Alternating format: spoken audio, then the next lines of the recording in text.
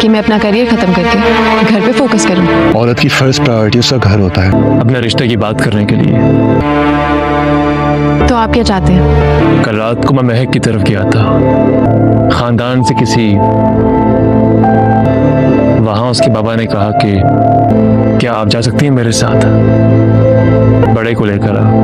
تو سیرت نے جو گناہ کیے تھے آج اس کے گناہوں کی سزا اس کو مل رہی ہیں، اور وہ بھی کسی اور کی نہیں، اس کی اپنی سگی بیٹی کے ہاتھوں. وہ زینیا جس کے لیے وہ ہر وقت کوئی نہ کوئی سازشیں کرتی رہی، وہی زینیا آج اسے اکیلا چھوڑ کے چلی گئی، یہاں تک کہ اس کا فون بھی سننا نہیں چاہتی اور اس سے تنگ ہے. ادھر زینیا اپنے گھر پہ بالکل بھی فوکس نہیں کر رہی، بلکہ شہرام اسے کہے گا کہ لڑکی کا پہلا توجہ جو ہوتی ہے وہ گھر پہ ہونے چاہیے، اور تمہیں گھر پہ فوکس کرنا چاہیے اور اپنی ہیلتھ اور بچے پہ فوکس کرنی چاہیے. لیکن زینیا کا جو جواب ہوگا وہ تو سن کے شہرام حیران رہ جائے گا کہ ایسے کیسے کہہ سکتی ہے وہ. ادھر زینیا بھی بہت ہی پریشان ہے کہ اسے ابورشن کروانا چاہیے یا نہیں. زرار کی آنکھیں بھی اب کھل چکی ہیں کہ اس نے کتنی بڑی غلطی کی. فریال پہ شک کر کے مہک کا سب کچھ اسے بتا دینا اس بات کا ثبوت ہے کہ فریال ایک بہت ہی اچھی اور نیک لڑکی ہے، اور زرار اتنا ہی پاگل اور بیوقوف ہے. زرار کو جب چاہے اس کی ماں اور زینیا بیوقوف بنا دیتی ہے، اور اس کی وجہ سے باقی لوگوں کی زندگیاں برباد ہونا شروع ہو جاتی ہے. زینیا اور سیرت اب اپنے انجام کو جلد